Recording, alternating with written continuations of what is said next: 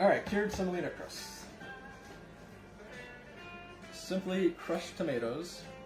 And I do some notes about this in the book, but if you're looking to spend on ingredients, I feel like tomatoes is definitely a place to spend. These I had left over from experiments. Di Fratelli, I do enjoy them. Stanislaus ground tomatoes are fantastic. 7-Eleven ground.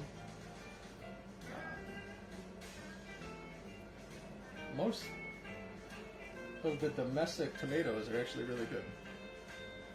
Maybe even some of the best. The Stanislaus ground might be the best I've found for this. They're bright. And as you'll see, I don't really doctor this up much because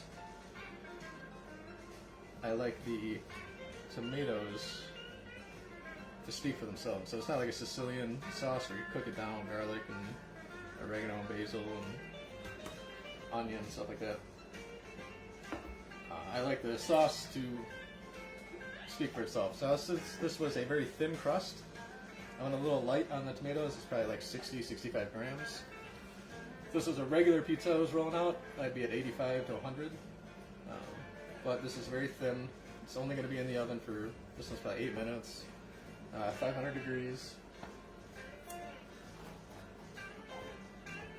All my thin crusts, I do a sharp, well, most of them, I'll do a sharp cheese. This is Romano. This is for the dog.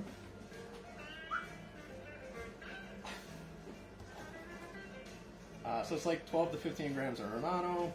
You could use Parmesan if you want. I prefer Romano. It's sharper. It melts better, so it'll release some of the fat and the salt, which I really do like.